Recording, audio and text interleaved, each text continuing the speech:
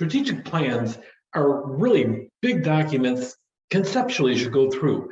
It's going to be one general document. It's going to have multiple different functions used by different departments, a whole series of tools, so to speak, as you go through. A big part of it is sales forecast and budgets that you go through. You predict what the market's going to be like. You create a budget appropriately. And if you recall, I mentioned that it's always good if you're a budget planner or a sales forecaster that you have three different iterations: expected, above expectations, and below expectations. And that way you're prepared either way as you go through. It just makes good sense as you go through. When it comes down to actually the different tools, you have different things you have. You have really overarching policies is actually a tool that comes out of your planning process. So you have a policy, it should be big picture, vague principle and concept. And a lot of times you have an accompanying procedure as you go through. It's sort of a PPP pecking order: policy, procedure, and practice. Let me give an example of this. A hiring policy. You have a general overarching hiring policy as to making certain that there's input from the department in the development of all job descriptions. You have that over there. And a process will have X number of people on the hiring committee. You have all that. So you have a series of general overarching things, but then you're going to have the actual procedures. Human resources will prepare job descriptions and formally review them with the supervisor of the department. Human resources will go through and have interview questions for each one of the first level interview and work with the supervisor in developing uniform questions for them as you go through. And then you have practices. The practices are too teeny tiny microscopic to put in there. Make certain whenever a candidate comes in for a job interview, they have water available to them to sit down there in case they have a dry mouth. Make certain the questions are available, taped to the desktop next to them. Those are too microscopic to put in policy. So a policy is overarching, usually having some kind of approval method by senior staff as you go through, and then procedures underneath that: practices, policy, procedure, practice, PPP as you go down the process.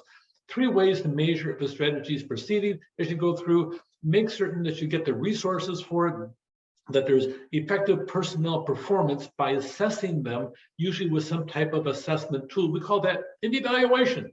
And then you want to always go back and make certain that you're achieving the mission, vision, and objectives in a consistent way with your values as you go through. You go back, you check your different aspects of what's going on, and you go back and double check it, just making sure it's happening. If you don't do that, it may not happen because people know that you're not paying attention, and maybe you don't care as you go through.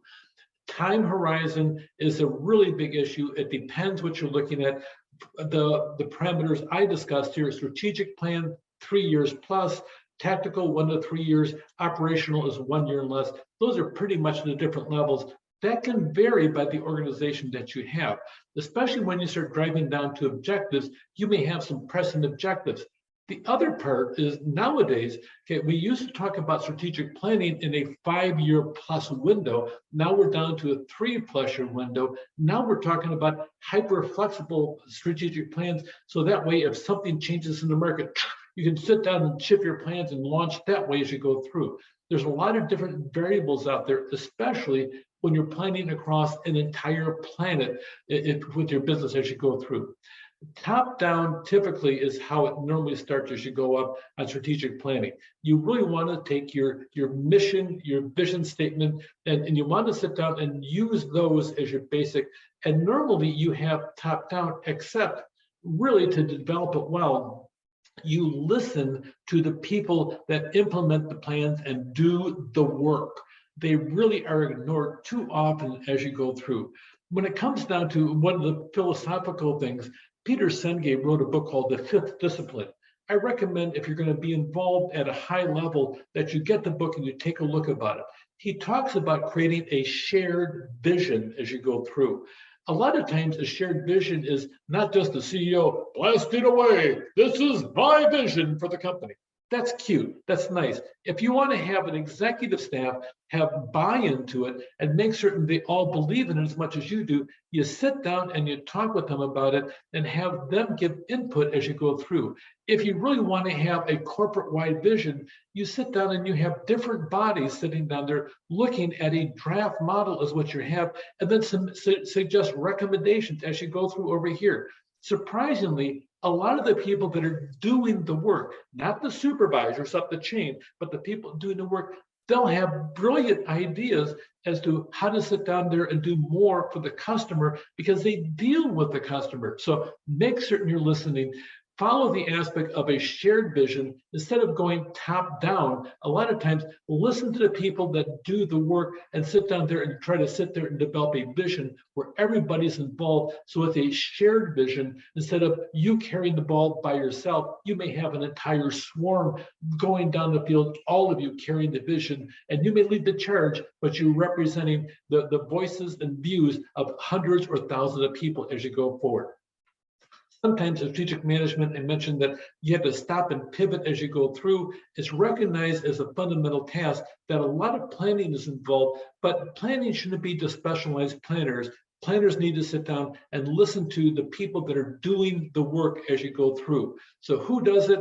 Usually it really is top down a lot of times, but you need to listen. If you have people out there, your customers especially, that have a need, go out and listen to the customers, listen to people that work with the customers. If you have issues in the supply chain, which is pretty common, make certain you're listening to your distributors and your suppliers as you go through. Partners, especially if you're going on a worldwide scope, make certain that you're listening, and including commentary and dialogue as you sit down there and update your plans. And by the way, plans shouldn't be carved in stone. They're carved in what I call hard soap. In other words, you can sit down there and change and add to them. Don't do a lot of changing, but go through and update them on a regular basis, 6 months to a year, before you go back and take a look at it as you go through. Sometimes governments get involved as well as activists, including shareholder activists as you go through. Top management generally accepts good planning process that allows ideas to surface anywhere, anytime. And a lot of times we don't carve things in stone. It's always carved in soap because you have to be ready to pivot at a moment's notice because a new opportunity rises or a new threat arises.